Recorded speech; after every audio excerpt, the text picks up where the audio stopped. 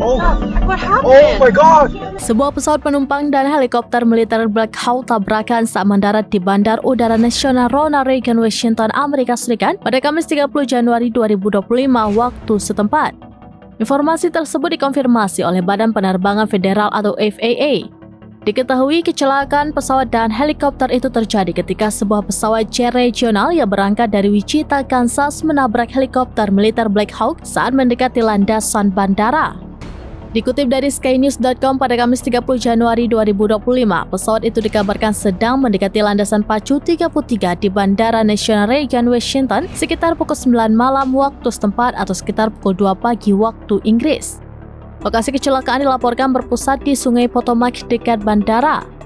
Dikabarkan beberapa helikopter termasuk dari Polisi Taman Amerika Serikat, Departemen Kepolisian Metropolitan DC, dan Militer Amerika Serikat terbang di atas lokasi kejadian untuk mencari para korban.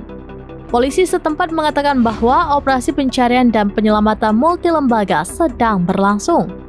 Perahu penyelamat karet pun telah diterjunkan ke Sungai Potomac dari titik dekat bandara di sepanjang George Washington Parkway tepat di utara bandara. Dikutip dari Kompas.com, Badan Keselamatan Transportasi Nasional mengatakan pihaknya sedang mengumpulkan lebih banyak informasi tentang insiden tersebut. Sampai berita ini ditayangkan pada Kamis 30 Januari 2025 sekitar pukul 11 waktu Indonesia bagian Barat, belum ada informasi mengenai korban selamat maupun korban jiwa dalam peristiwa itu.